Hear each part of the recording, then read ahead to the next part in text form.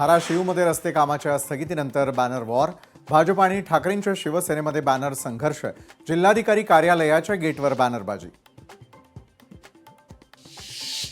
मंत्री भरत गोगावले पोहोचले शेत शिवारात। रायगड जिल्ह्यामध्ये अवकाळी पावसामुळे झालेल्या नुकसानीची केली पाहणी, सरसकट नुकसान भरपाई देण्याची गोगावलेंची कृषी विभागाला सूचना। परभणी जिल्ह्यामध्ये अवकाळी पावसाचा तडाखा, पावसामुळे वेचणीसाठी आलेल्या कापसाला मोठा फटका, शेतकरी हवालदिल।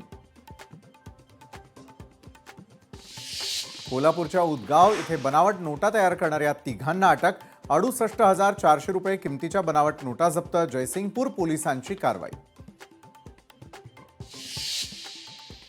वाशिममध्ये बंजारा समाजाचं आंदोलन, समाजाला एसटी प्रवर्गातून आरक्षण देण्यासाठी समृद्धी महामार्गावर रास्ता रोको आंदोलन।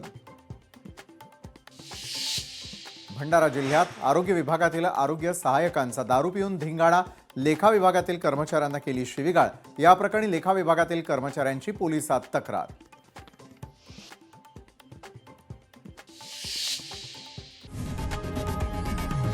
लोकशाही मराठी ऐका, पहा, जागरूक रहा।